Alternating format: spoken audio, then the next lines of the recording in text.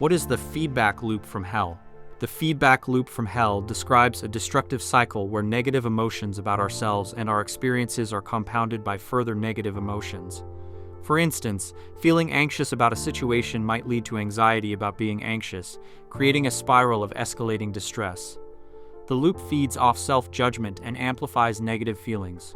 How does not giving a fuck help escape the feedback loop from hell? Contrary to its bluntness, not giving a fuck encourages a shift in focus and values.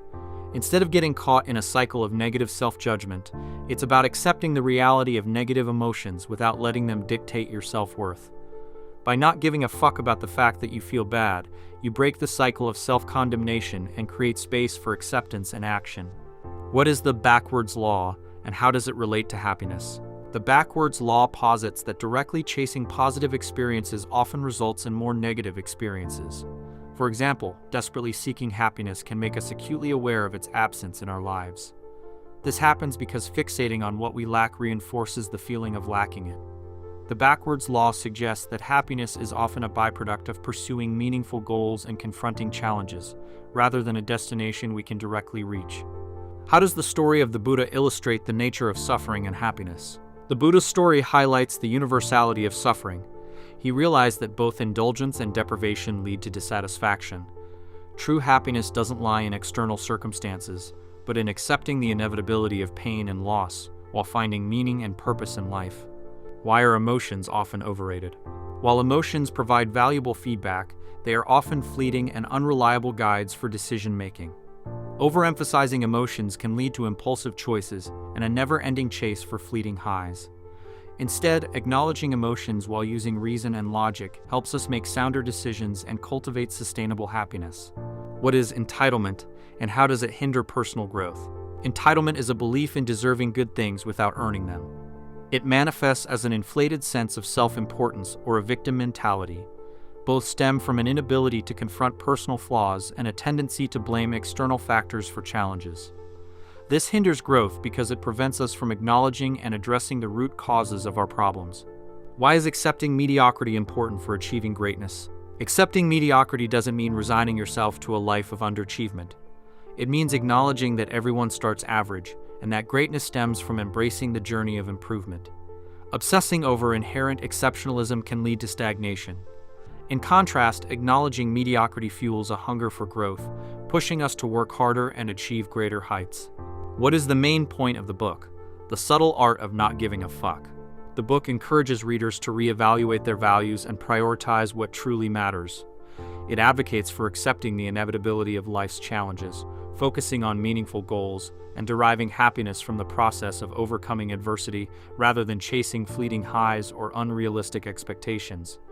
This practical approach to life aims to empower readers to live more authentically and find contentment by letting go of what's unimportant.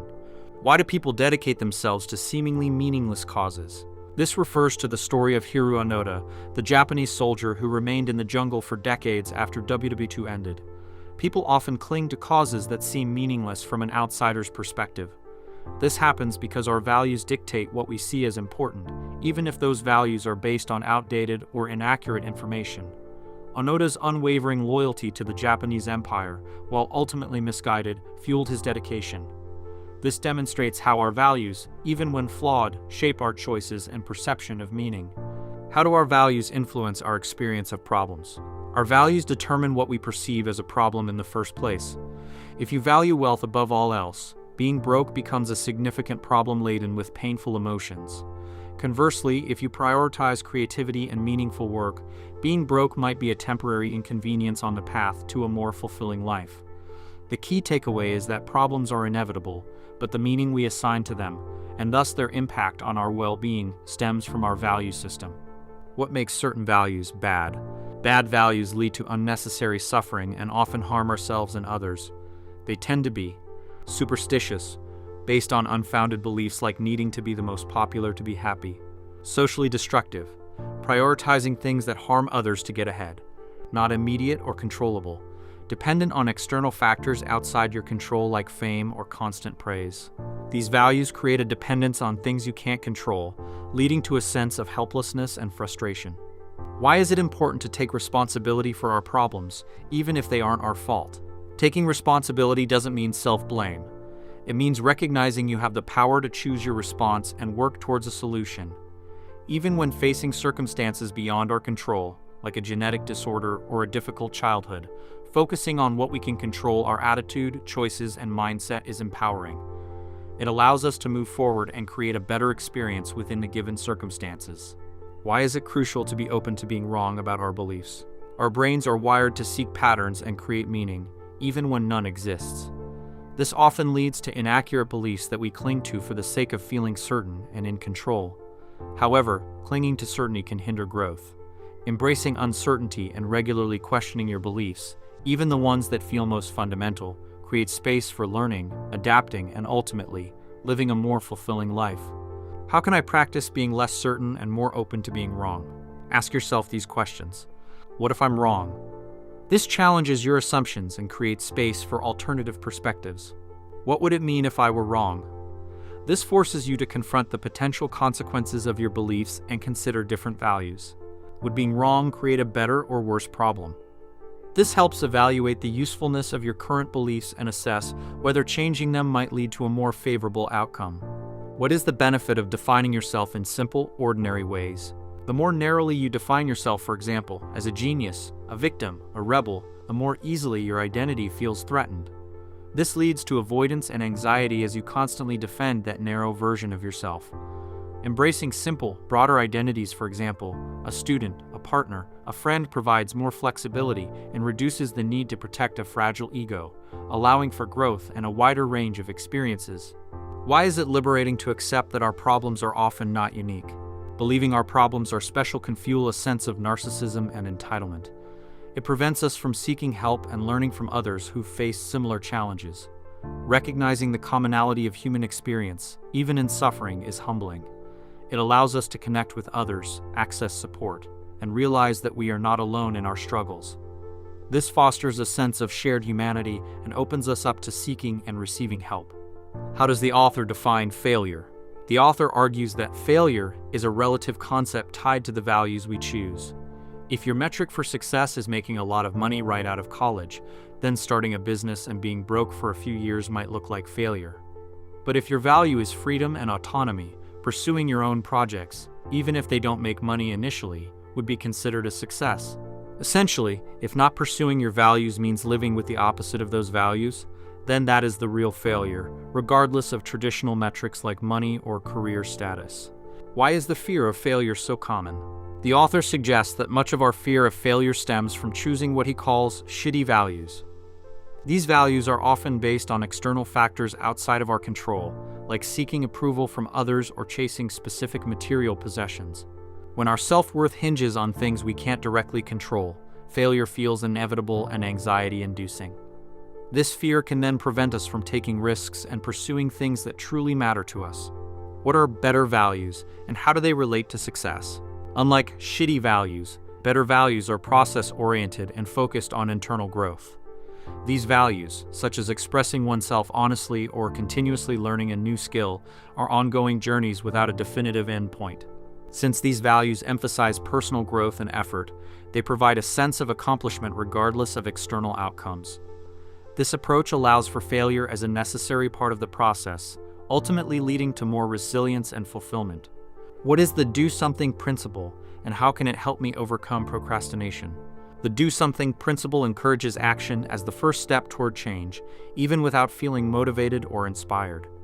The author argues that inspiration and motivation often arise after taking action, creating a positive feedback loop. Instead of waiting for motivation to strike, start with a small, manageable action related to your goal. This could be researching a new career path, joining a social club, or even just cleaning your room. This initial step can generate momentum and inspire further action. Why is saying no important for a fulfilling life? Constantly saying yes might seem like a path to more opportunities and happiness, but it can lead to a life lacking meaning and purpose. To truly value something, you need to define what you don't value and be willing to reject it. Saying no allows you to set boundaries, prioritize your values, and invest deeply in the things that matter most. This rejection of alternatives might feel difficult initially, but it ultimately leads to a more focused and fulfilling life. What are boundaries in relationships, and why are they crucial for healthy connections? Boundaries in relationships refer to the clear delineation of responsibility for one's own emotions, needs, and problems. Healthy boundaries involve taking ownership of your own issues and not feeling responsible for fixing or controlling your partners. Without clear boundaries, relationships can become toxic, with partners falling into codependent roles of victim and savior. This dynamic prevents personal growth and fosters resentment. Conversely, respecting each other's boundaries allows for mutual support and fosters healthier, more fulfilling relationships. How can I build trust in a relationship, especially after it's been broken? Rebuilding trust requires two crucial steps. First, the person who broke the trust needs to acknowledge the values that led to the breach, taking ownership of their actions without making excuses. This vulnerability demonstrates genuine remorse and a desire to change. Second, rebuilding trust requires consistent action over time. Words are important, but ultimately, actions speak louder. The trust breaker needs to demonstrate through their behavior that their values are now aligned with trustworthiness. This process takes time, patience, and commitment from both parties. What is the sunny side of death, and how can reflecting on mortality improve my life? While death is often feared and avoided, the author suggests that contemplating our mortality can be a powerful tool for living a more fulfilling life. Recognizing our limited time can help us prioritize our values, let go of trivial worries, and focus on leaving a positive legacy on the world. By accepting the inevitability of death, we're free to pursue what truly matters and live a more authentic, meaningful life.